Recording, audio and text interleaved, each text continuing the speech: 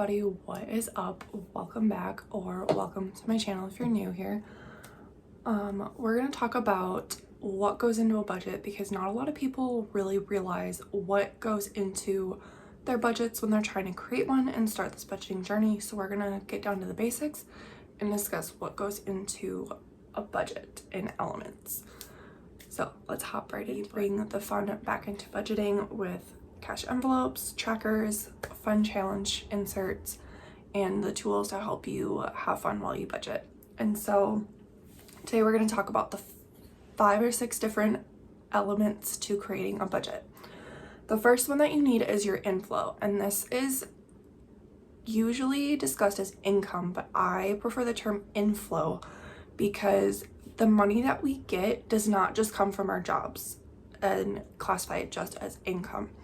So your total monthly inflow, or total period inflow if you track by paychecks, if you get paid like 2 to 4 times a week, or a month I mean, then you get your paychecks, but you could also receive like a bonus from work. You could receive gift cards from family or cash from family. You could use like your sinking funds, which we'll discuss later in this video, to help cover an expense. That would be considered inflow. And so we're going to take all of those different categories that you're bringing money into the period and categorizing that, not just income. So it's your inflow. The second element is your fixed expenses. And these are usually, when doing a bare bones budget, the things that you absolutely need to survive, that you can count on coming out every single month and every single tracking period. And so that is usually people's housing costs, their rent or mortgage, their electricity, their other utilities that they have, your renter's insurance or your homeowner's insurance, any other insurance costs or housing costs that you have that come out every single month on the same exact day or close to the same exact day. And I know other people have different expenses that they come out every day. And then you have like your utilities, like your phone, your internet, cable, if you have cable, your streaming services come out every single month on the same exact day. And for some people that is a necessity because that is the only entertainment source that they have. And then there are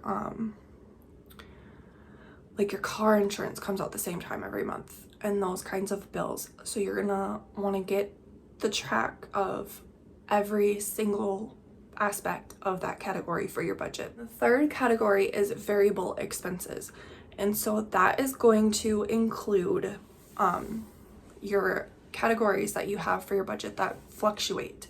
So groceries can fluctuate, gas fluctuates because the prices are always like being a roller coaster. Like last week here where I live, it was like $3.80 something for the unleaded, and now it's $4.29 at some gas stations. So it's really fluctuating. And then that can be, I said groceries, like people have a fun envelope or an eating out envelope, just those costs that aren't necessarily things that you need to survive, but the ones that change a lot in your budget. So you want to make sure that you notice the costs that change. So like your toiletries, cleaning, taking care of your car every month that you have, and those kinds of things. The next element of your budget that you need to consider are those one-time costs that tend to pop up. So for this last month, my son started having like blood sugar issues. And so it was a one-time thing where I went to Walmart and I just bought him a meter and the supplies for it. That's not a cost that I typically have every month or anything. It's just a one-time thing. So you want to pay attention to those one-time things where you're running to the store for something, or it just like pops up out of nowhere. For a lot of people, that could be like your tire just pops. It's a one-time thing. But it's also something you want to take into consideration, because then when we go to the savings category here in a little bit, that could be a category that you create a sinking fund for. And then the next element is debt. A lot of people have debt in the US or around the world. The most common is their mortgage. And so for me, I have student loans. I have a car loan. I have credit cards. And those are like my main 3. I have medical collections too, but those typically get counted against you. Not everybody pays those off right away.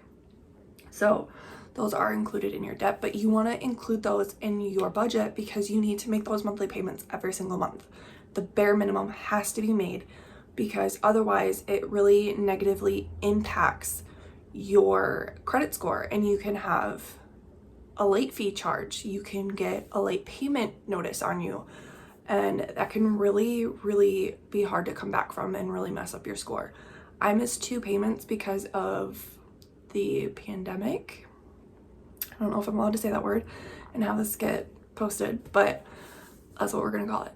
I was off 3 different times for that, and so I ended up missing a late payment, or one of my monthly payments, and I got a late fee, and then it docked my credit score 30 points for missing 1 payment.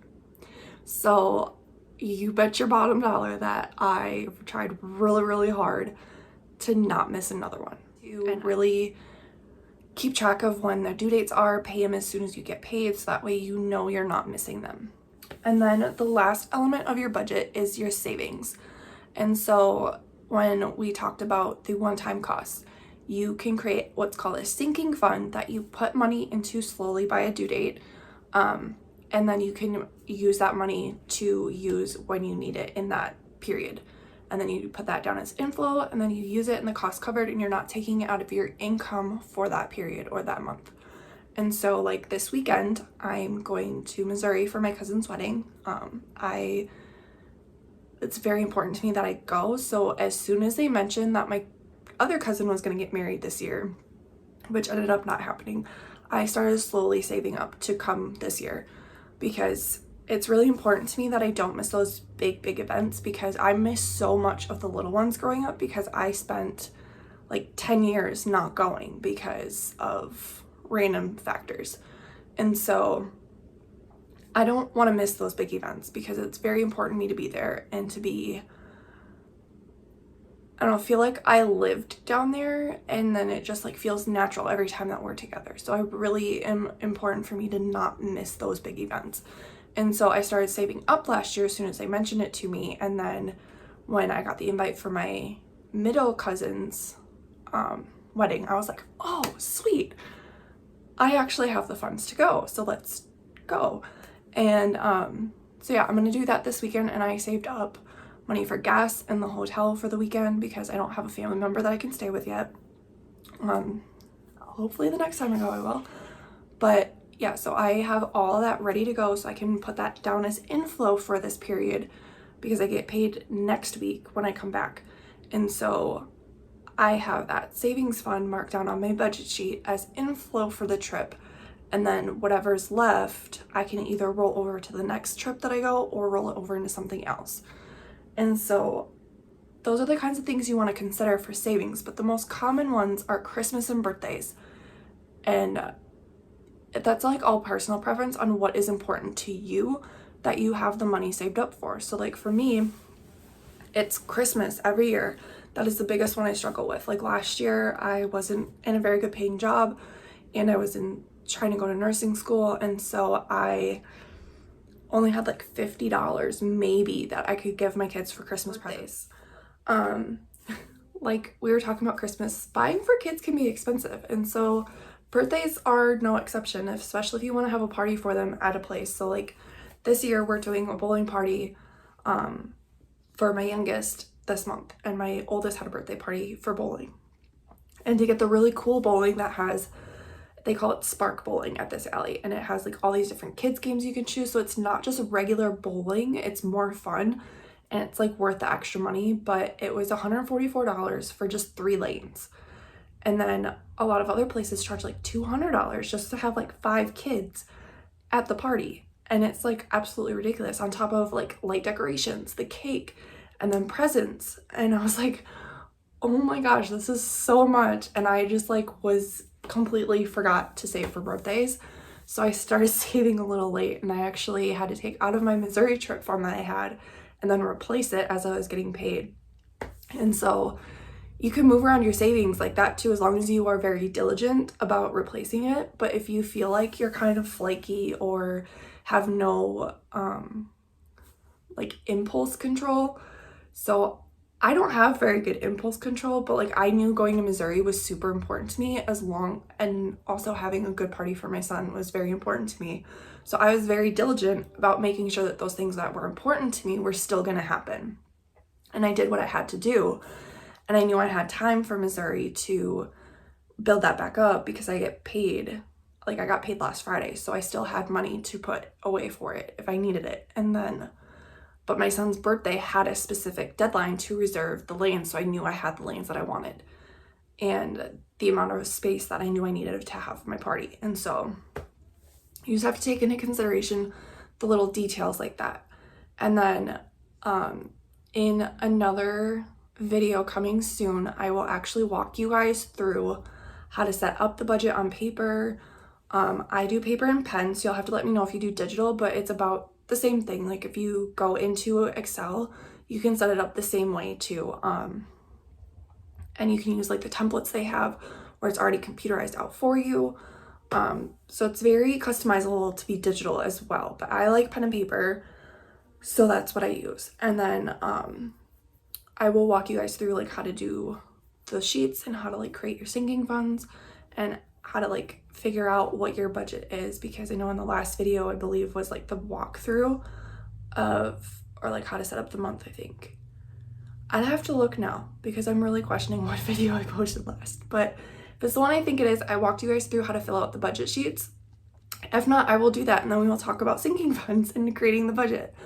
But yeah, so check out that video. If it's the binder walkthrough one, then you can see how like I have my big main binder right here. My big main binder for every single month is in here, and I have like pocket folders. I like this versus the spiral bound ones that you can create because I can take things out. Be sure to go back and watch that video on this channel. And if you guys enjoyed this video, be sure to give it a thumbs up, comment, subscribe, and be sure to hit that bell notification if you are wanting to be notified every time I post a video, which is hopefully going to stick with being once a week.